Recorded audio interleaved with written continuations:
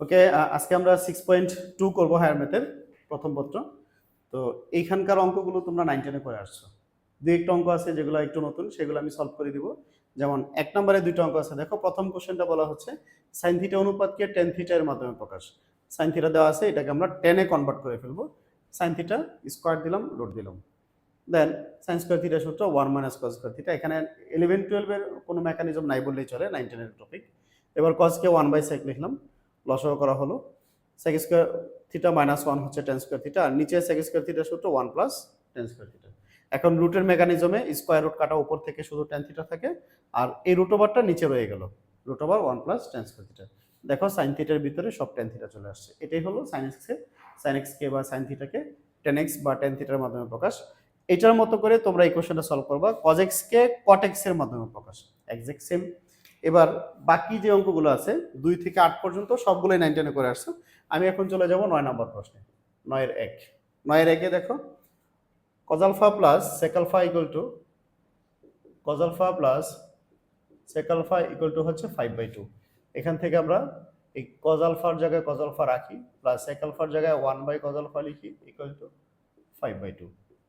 এখানে লসাগু দেখো cos আলফা হয়, তাহলে হয় cos square alpha plus 1 equal to 5/2। আর গুণন করি 2 cos square alpha plus 2 equal to 5 cos আলফা, 2 cos square alpha minus 5 cos alpha plus 1 equal to 0। পক্ষান্তর করলাম। এখন আমরা মিডল টার্ম করব। এখানে 2 cos স্কয়ার আলফা মাইনাস, এখানে প্লাস 2 হবে, minus 4 cos alpha minus cos alpha plus 2 সমান 0।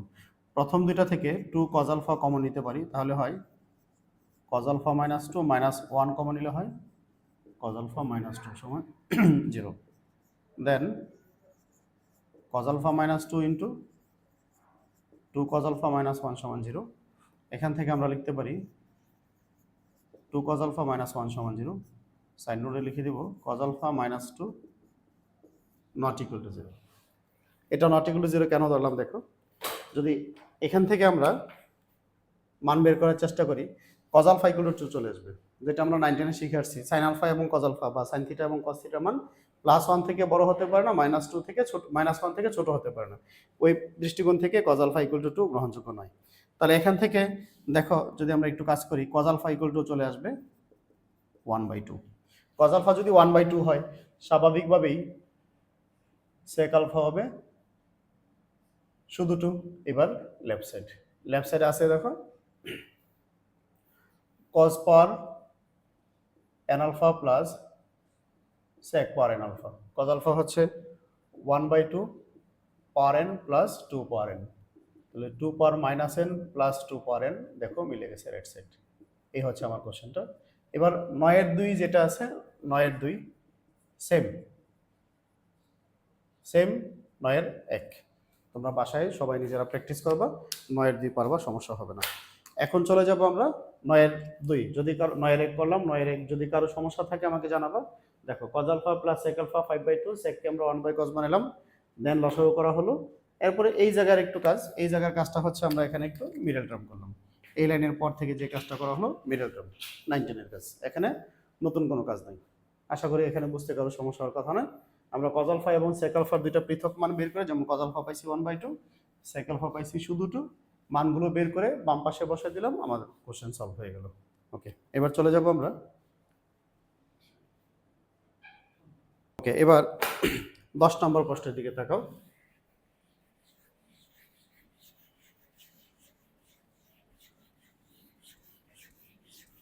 সেম, আমরা প্রথমে 10 এর 1 করে দিই, তোমরা বাসায় নিজেরা 2 করতে পারো। 10 এর 1 আছে কি দেখো, cot a plus cot b plus cot c equal to 0। আমরা এখানে সবগুলোকে 10 বানাই ফেলি, 1/10 a plus 1/10b plus 1/10c equal to 0। লসাগু করা হবে 10a into 10b into 10c। যদি লসাগু করি এখানে হবে 10b ইন্টু 10c এটা হবে 10c ইন্টু 10a, এটা হবে 10a into 10b equal to 0। আর গুণন করলে যা থাকবে সেটা হচ্ছে 10a into 10b plus 10b into 10c plus 10c into 10a equal to 0। Just এখানে লসাগু করে আর গুণন করলাম আমরা।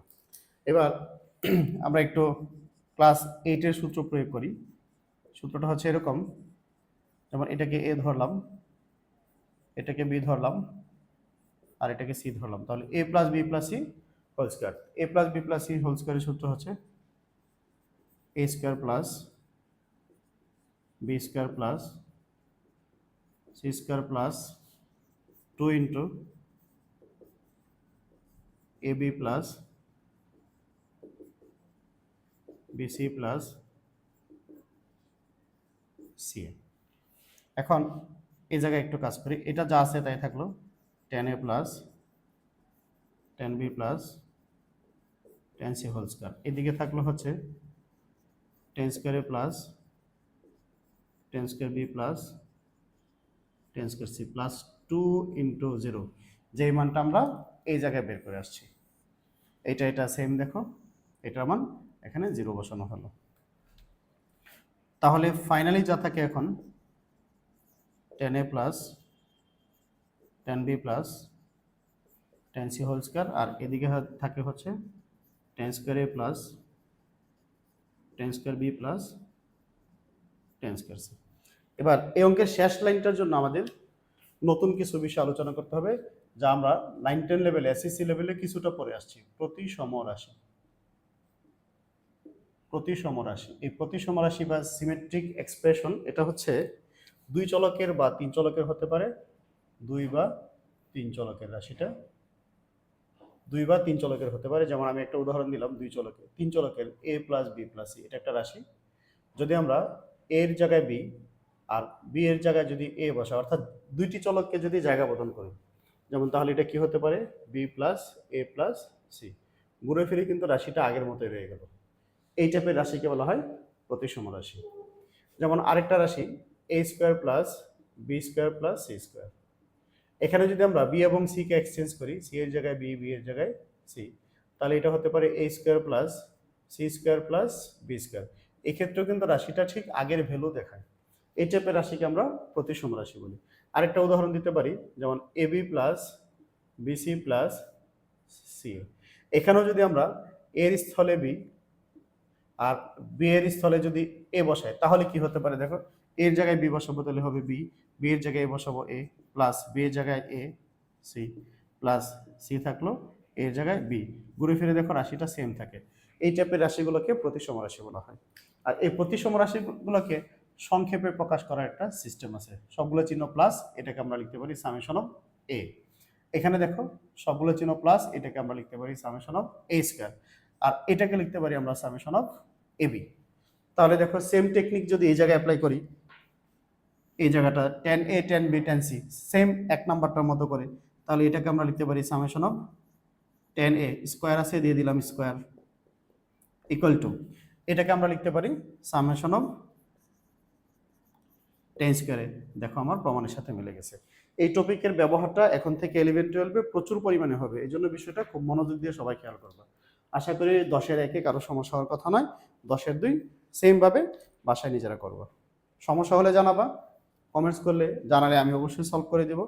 ওকে, এখন আমরা 11 নম্বরে চলে যাব। 11 নম্বরে 3টা অঙ্ক আছে, 3-4টা অঙ্ক আছে, সবগুলো আমি করে দেবো, কারণ এই অঙ্কগুলো একটু নতুন। দেখো 11-1-এ বলা আছে যে প্রমাণ করো যে এত এর মান ধ্রুবক। তো রাশিটা আমরা উঠাবো, রাশিটা কি আছে সেটা দেখো, 16 into sin to the power 6x plus cos to the power 6x minus 24 into sin to the power 4x plus cos to the power 4x plus 9। প্রশ্নে বলা আছে দেখাও যে রাশিটির মান ধ্রুবক, অর্থাৎ এই রাশির মধ্যে sin cos tan থাকবে না, শুধুমাত্র যে কোনো একটা বাস্তব সংখ্যা থাকবে। তাহলে উপায় কি দেখো, 16 থাকলো, এটাকে আমরা লিখি sine square X whole cube plus cos square X whole cube minus 24 into এটাকে লিখি sine square X whole square plus cos square X whole square plus হচ্ছে 9। প্রথমে 16 থাকলো, এই জায়গায় এ কিউব প্লাস বি কিউবের সূত্র প্রয়োগ করি। এ কিউব প্লাস বি কিউবের উৎপাদকের সূত্র লিখতে পারি, মান নির্ণয়ের যে সূত্র আছে সেটাও লিখতে পারি। আমরা মান নির্ণয়ের সূত্রটা লিখি, A plus B whole cube minus 3 A B into A plus B. দেখো এ কিউব প্লাস বি কিউবের সূত্র লেখা হলো A plus B whole cube minus 3ab into A plus B minus 24 into A square plus B স্কোয়ারের সূত্র লিখি আমরা এবার। এখানে সূত্র লিখি A plus B whole square minus 2ab sine square X into cos square X plus হলো 9। এবার 16 ইন্টু, দেখো এটা 1 হয়, 1 minus 3 sign square X into cos square x, এটারও কিন্তু ভ্যালু 1 হয়, তাহলে আর এটা লেখার দরকার নেই আমার, complete. Minus 24 into 1 minus 2 sign square X into cos square X plus 9। এবার গুণ করে ফেলি, 16 minus 48 sign square X into cos square x minus 24 plus 48 sign square X into cos square X plus 9। সব যোগ বিয়োগ করে দেখো, এই দুইটা কাটা, সেম জিনিস, একটা মাইনাস একটা প্লাস কাটা। এখানে 16 আর 9 হলো 25, চলে গেল 24, থাকলো 1। দেখো রাশিটির মানের মধ্যে আমরা ফাইনাল মোমেন্টে যে অ্যান্সার পেলাম, এখানে কোনো sine cos tan cot sec cosec কোনোটাই নাই, শুধুমাত্র একটা কনস্ট্যান্ট ভ্যালু আছে, এই জন্য আমরা বলতে পারি রাশিটির মান ধ্রুবক। আমি বিষয়টা আরেকবার একটু ব্যাখ্যা করি। এ কিউব প্লাস বি কিউবের সূত্র করলাম A plus B whole cube minus 3ab into A plus B, A square plus B square সূত্র A plus B whole square minus 2ab। এখন প্রশ্ন করতে পারো এ কিউব প্লাস বি কিউবের এই সূত্র না করে আমরা যদি উৎপাদকের সূত্র করি A plus B into A square plus minus AB plus B square, ওই সূত্র দিয়েও কোশ্চেনটা সলভ করা যাবে, কিন্তু লাইন একটু বেশি হবে। আবার এটার বেলায় A square plus B square A minus B whole square plus 2ab, সেটা দিয়েও করা যাবে, কিন্তু 2 লাইন বা 3 লাইন বেশি হবে। তো এটা সহজে হয়ে গেল, তার মানে 11-র 1 আমার কমপ্লিট হয়ে গেল। এবার দেখো 11-র 2।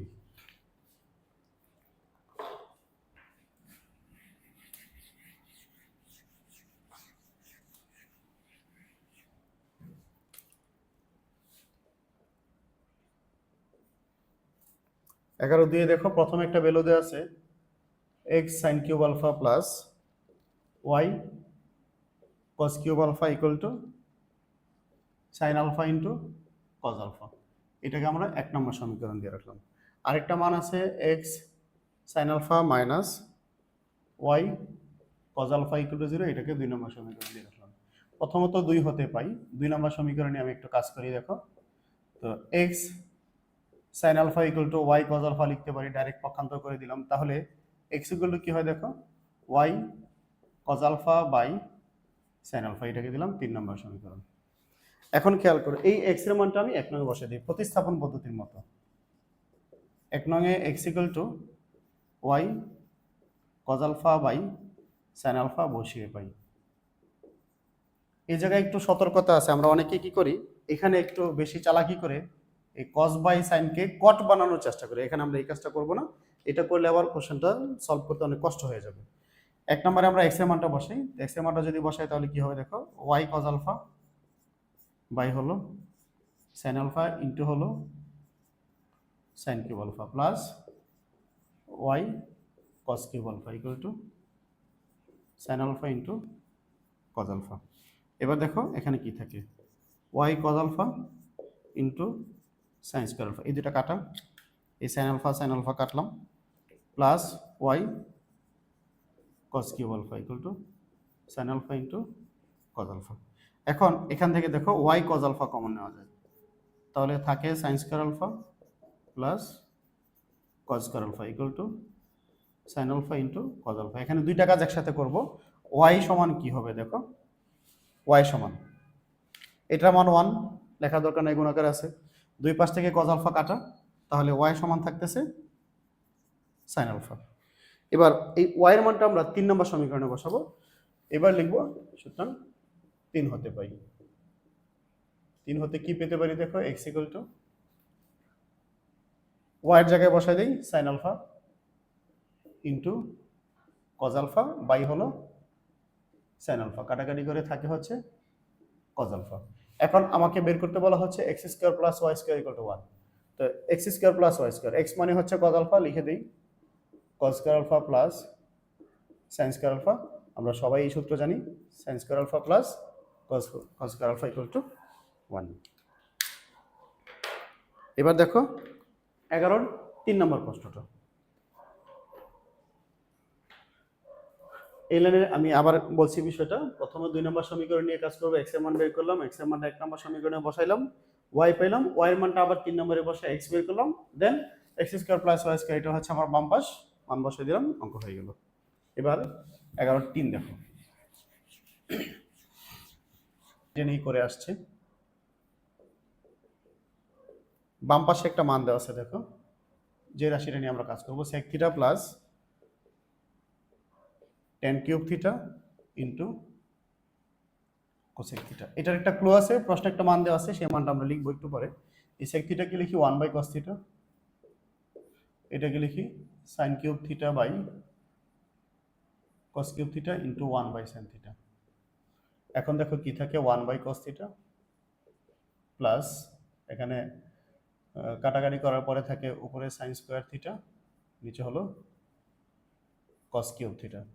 এই দুইটা মিলে লসাগু হচ্ছে cos কিউব থিটা, তাহলে উপরে হচ্ছে cos square theta plus sin square theta, উপরে হলো 1, নিচে হলো cos কিউব থিটা। এখন আমরা বলতে পারি sec কিউব থিটা। এবার হচ্ছে আসল কাজ, এই sec কিউব থিটাকে আমরা যদি এমন লিখি sec স্কয়ার থিটা। এখন sec থিটা ব্যালেন্স করতে গেলে কি করতে হবে আমার, দেখো sec কিউব থিটাকে লিখলাম sec স্কয়ার থিটা, তাহলে ব্যালেন্স করতে গেলে কি করতে হবে, sec থিটা গুণ করতে হবে। বাট এই কাজটা না করে আমরা ভিন্ন কিছু অ্যাপ্লাই করি। ভিন্নতা হচ্ছে এই 3/2 দিয়ে দিলাম পাওয়ার।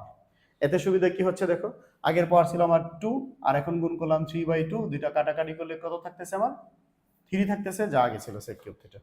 আর এতে আরেকটা সুবিধা হবে কি, এই sec স্কয়ার থিটার সূত্র হলো 1 প্লাস tan স্কয়ার থিটা, পাওয়ার হচ্ছে 3/2। এখন দেখো প্রশ্নে একটা ভ্যালু দেওয়া আছে, tan স্কয়ার থিটার মান হচ্ছে 1 মাইনাস e স্কয়ার, তাহলে 1 প্লাস 1 মাইনাস e স্কয়ার পাওয়ার 3/2। এবার দেখো হয়ে গেল 2 minus e square power 3/2 equal to right side. খুব সহজ একটা অঙ্ক, 9 10 জাস্ট কিছু বেসিকটা অ্যাপ্লাই করলাম, আর এখানে আমরা একটা মান বসালাম যে এই মানটা, যে tan square theta equal to 1 minus e square, এই মানটা প্রশ্নে দেওয়া আছে। 11 4 একটু বড় অঙ্ক, বাকি সবগুলো খুব ইজি ছিল। 11 4 দেখো এবার,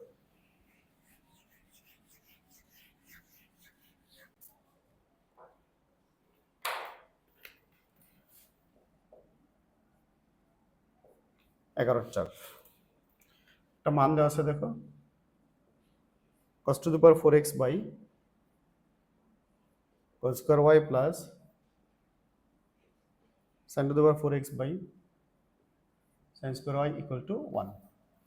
এখান থেকে আমরা একটা কিছু প্রমাণ করব। তো প্রমাণে যাওয়ার আগে কিছু কাজ করি দেখো, cos to the power 4x by cos square y plus sin to the power 4x by sin square, এই পাশে 1 এর জায়গায় আমরা লিখি sin square x plus cos square x। এখন প্রশ্ন, 1 এর জায়গায় তো আমরা sin square y plus cos square y লিখতে পারতাম, x কেন লিখছি, x লেখার উদ্দেশ্য হচ্ছে উপরে যেহেতু আমার কোণগুলো x আছে এই জন্য x লিখলাম। এখন আমরা একটু পক্ষান্তর করি, cos to the power 4x by cos square y minus হচ্ছে cos square x plus sin to the power 4x by sin square minus হচ্ছে sin square x equal to 0। আমরা উপরে cos এর সাথে cos রাখলাম, sin এর সাথে sin রাখলাম। এখন এই দুইটা থেকে আমরা cos স্কয়ার x কমন নিতে পারি, তাহলে কি হয় দেখো, উপরে থাকে cos স্কয়ার x, নিচে হলো cos square y minus 1 plus এখান থেকে sin স্কয়ার x কমন নিতে পারি, উপরে থাকে sin স্কয়ার x, নিচে হলো sine square Y minus 1 equal to 0। Cos square X into,